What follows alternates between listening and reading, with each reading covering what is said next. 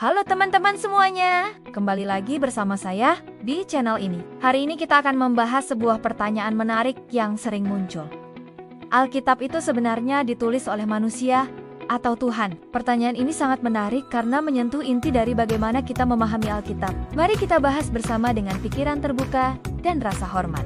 Kalau kita lihat secara fisik, memang benar Alkitab ditulis oleh tangan manusia. Ada banyak penulis yang terlibat dari Musa, Daud, para nabi, hingga para rasul. Mereka menulis dalam konteks budaya dan zaman mereka masing-masing, menggunakan bahasa dan gaya penulisan yang berbeda-beda. Tapi tunggu dulu, ini bukan berarti Alkitab hanya karya manusia biasa. Para teolog sepanjang sejarah menjelaskan konsep yang disebut inspirasi ilahi. Maksudnya, meskipun secara fisik ditulis oleh manusia, isi dan pesannya berasal dari Tuhan. Bayangkan, seperti seorang komposer musik yang hebat, dia menciptakan sebuah simfoni indah.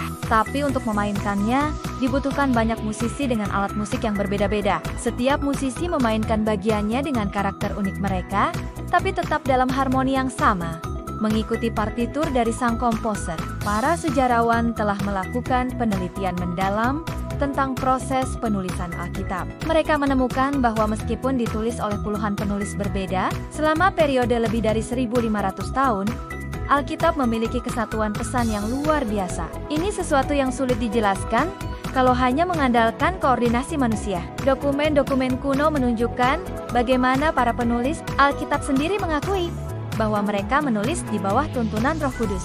Petrus, salah satu rasul, menulis bahwa nubuat dalam Alkitab tidak pernah dihasilkan oleh kehendak manusia, tetapi oleh dorongan Roh Kudus.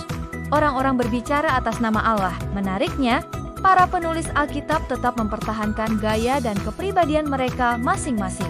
Kita bisa melihat perbedaan antara gaya puitis Daud dalam Mazmur, gaya filosofi Salomo dalam Amsal, atau gaya sistematis Paulus dalam surat-suratnya. Tuhan tidak menghapus keunikan mereka, justru menggunakannya. Ini seperti ketika kita menulis pesan di media sosial, meskipun menggunakan aplikasi yang sama. Setiap orang punya gaya menulis yang berbeda. Ada yang formal, ada yang santai, ada yang suka pakai emoji, begitu juga dengan penulis. Penulis Alkitab. Para teolog modern menyebut ini sebagai akomodasi ilahi, cara Tuhan menyesuaikan pewahyuannya dengan kapasitas dan karakteristik manusia. Tuhan berbicara melalui pengalaman, bahasa, dan pemahaman manusia, tapi tanpa kehilangan kebenarannya. Jadi kalau ditanya Alkitab itu ditulis manusia atau Tuhan? Jawabannya adalah keduanya. Ini kolaborasi unik antara Allah dan manusia. Manusia menulis dengan kemampuan dan kepribadian mereka, tapi di bawah inspirasi dan tuntunan Tuhan.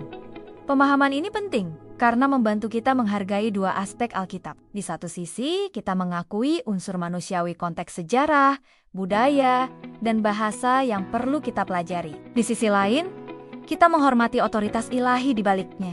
Ini juga menjelaskan mengapa Alkitab bisa tetap relevan sepanjang zaman. Karena meskipun ditulis dalam konteks tertentu, pesannya melampaui waktu dan budaya. Seperti surat cinta yang personal, tapi mengandung kebenaran universal tentang kasih.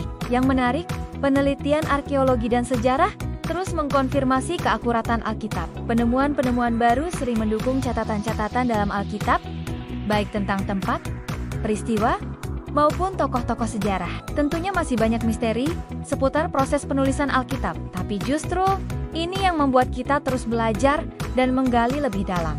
Seperti mengupas lapisan-lapisan bawang, setiap penelitian baru membuka pemahaman yang lebih kaya. Nah, teman-teman, itulah pembahasan kita hari ini tentang siapa sebenarnya penulis Alkitab. Semoga penjelasan ini membantu kita lebih memahami dan menghargai keunikan Alkitab sebagai firman Tuhan yang ditulis melalui tangan manusia. Kalau kamu suka dengan konten seperti ini, jangan lupa like, subscribe, dan share ke teman-teman yang mungkin tertarik. Aktifkan juga lonceng notifikasinya supaya tidak ketinggalan video-video berikutnya. Sampai jumpa di video selanjutnya.